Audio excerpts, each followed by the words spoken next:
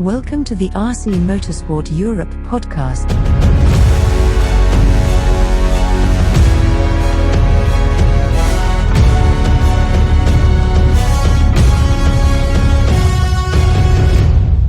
So, what's next? Next up is the electric sections, and there are a few. So there's 12th track, electric touring car, and fronty Formula One if it does happen, and then also buggies, two-wheel drive and four-wheel drive. So there's a lot in this one. Mm-hmm. This one is usually the one that goes on. Carries on through the morning. It picks up in the morning, doesn't it, or does it finish at night? Yeah, usually. My experience, this one starts at lunchtime. This is the one that you were at till about 9 o'clock, 9:30 in the evening. Yeah, they take a coffee break halfway. You're like, it's about 7 o'clock. Many coffee breaks. Yeah. So again, the usual sort of thing that we saw in all of the other groups. Yep. Now, this one, an unfortunate one that it was not included, but to require a fire extinguisher in the pits to combat a flammable battery. Yep. The remark being, after the 112 scale European Championship in Sicily, it would be obvious to have such a rule, because we saw, and we caught it on camera, just the tiniest bit of it, because it was on the opposite side of the track from us, but especially when it's an indoor event and there's a LiPo fire. When LiPos go, they go. And it went. Yeah, it really went. So it's like literally a mushroom cloud that appeared over the pits. Yeah.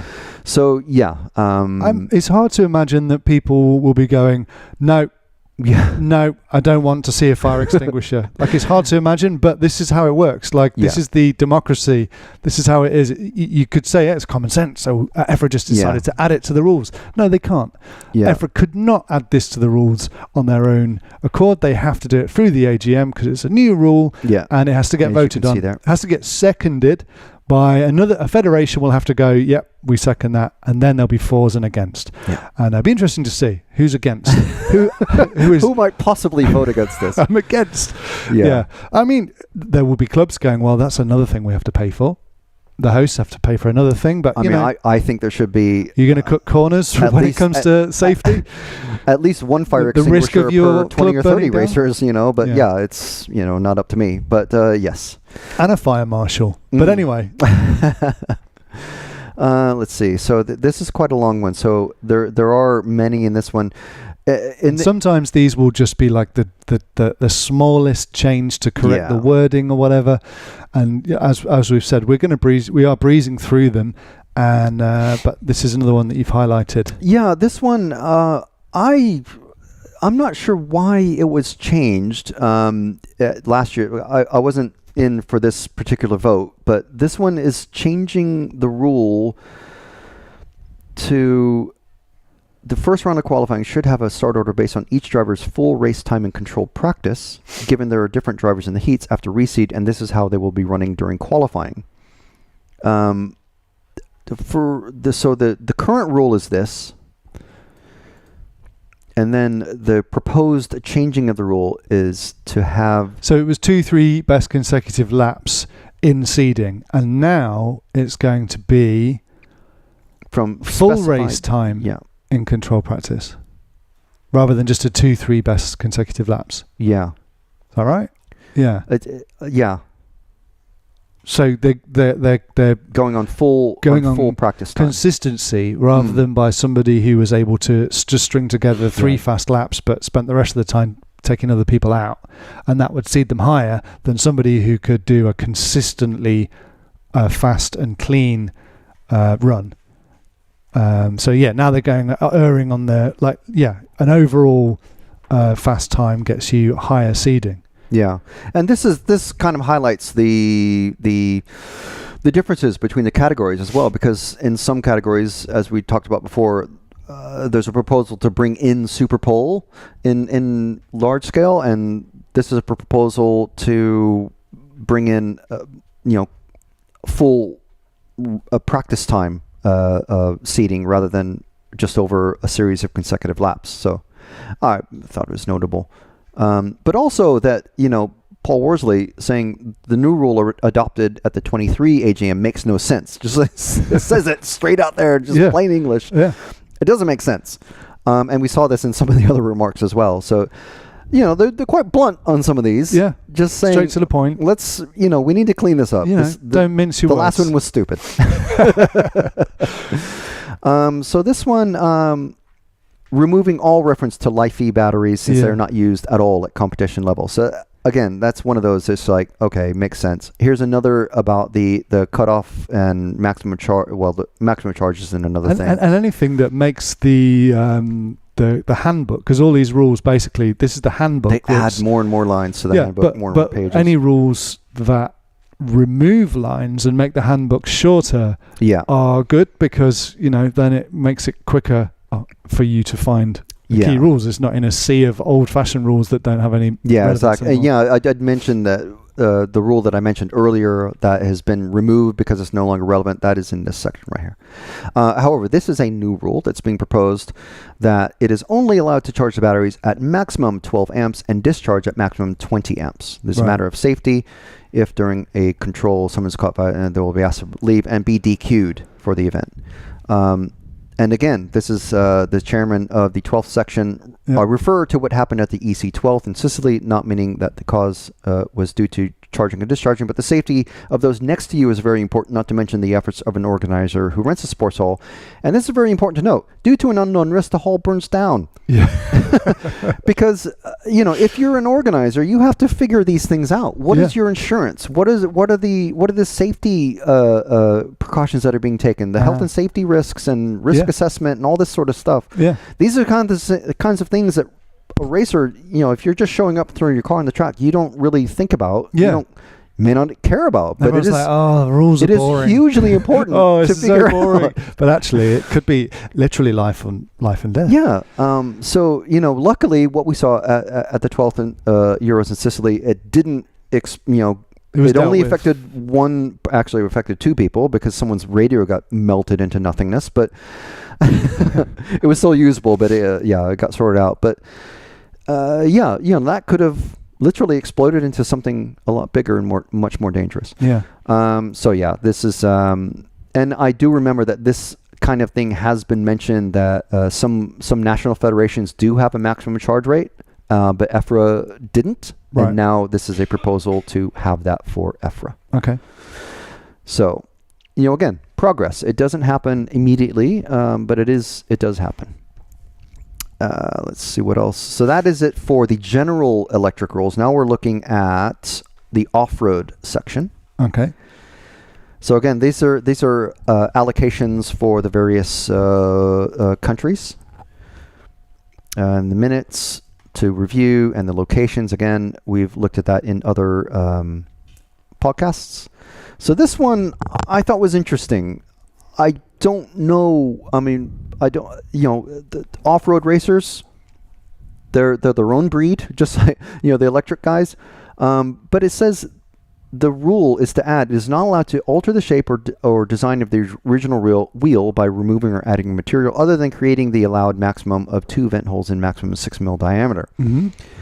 Apparently, some competitors are significantly modifying the wheels to allow tires to be mounted in a totally different manner to what the wheel was designed for, even pre-event machining. What are they doing?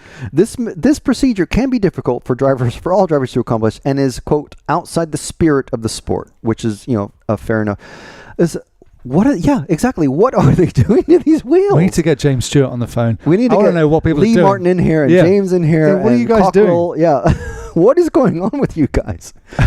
So very interesting. But this is strictly for off-road. Okay. Don't know. I can imagine it's thinning the wheel inside bit, or the face of the wheel, or maybe decreasing the diameter of the wheel, and I don't know, to reduce. I don't know. Egg-shaped it's an interesting one, but that is the only one that is being offered up for proposal, I think. Okay. Interestingly, a vice section chairman is being proposed. Is stepping forward, Mr. Nuno Casal Ribeiro from FEPRA of I think Portugal. That might have been updated. Because I've heard a different name. Okay. Of a Swedish vice section chairman. All right. Because Nuno was named last year as vice section chairman. So I think that is not been updated, but will be updated to. His name escapes me, but it's I think it's a Swedish guy. Okay. So yeah, watch this space on that one. Yeah. And now we go to the electric track section, which involves all the other electric categories except for GTE. Mm-hmm. And again, the normal things there that we've seen, the locations that we've talked about in other podcasts. So this one here is an interesting one. Rule 6.9 about body shells. This rule is new. Right. So the proposed rule is this: for 1/12 only, body shells will be representations of the shape and features of the cars in the WEC, LMH, LMDH, and IMSA. That's America Le Mans. And I'm not going to go, I could highlight this entire thing, but the intent here, to prevent forward cockpit bodies, to outlaw side dams, and to bring in shark fins that are a requirement on all Le Mans type bodies. And then because this is kind of a big one, so there's a lot of remarks. So the Peter Winton from the BRCA has put this forward and has provided basically a format to use. We would continue to be happy to help and provide guidance.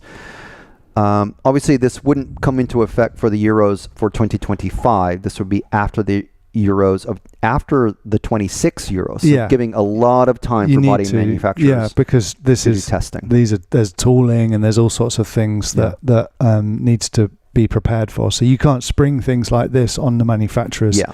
So yeah, that makes sense. So it's an interesting one. Also, they're suggesting that EFRA provide a panel to approve the bodies. It seems unfair that one person in EFRA takes the flak for every decision, and more opinions on a realistic representation will be needed in order to give manufacturer feedback. There's been a lot of rumbling about bodies and proposed changes and there's been a lot of that, and be interesting to see. That's a suggestion.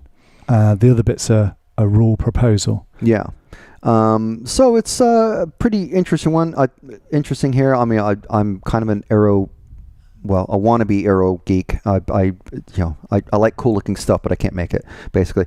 In order to help restore some aero, we suggest the bodies can be a bit longer. So allowing the manufacturers to bring in the aero that the other parts of the rules are taking out. Cool. So this one is another new rule suggestion for 1/12 for modified and stock. Completely ready to compete will have a minimum weight of 38 grams for the body shell.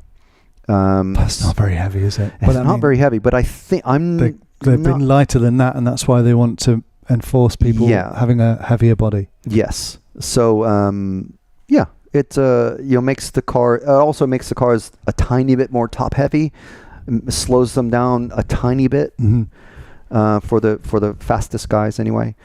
This one is another new rule that the rear spoiler may have a maximum height of 78 mil, rear side dams maximum height of 85. So, and measured from the cut line, not the ground. So, one of those.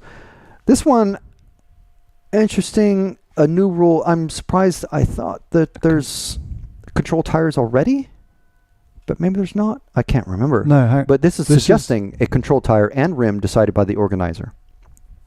In 12th? Yes. Yes, because it's 26. Oh, no, wait. No, this is for touring car because 29 mil. No, wait.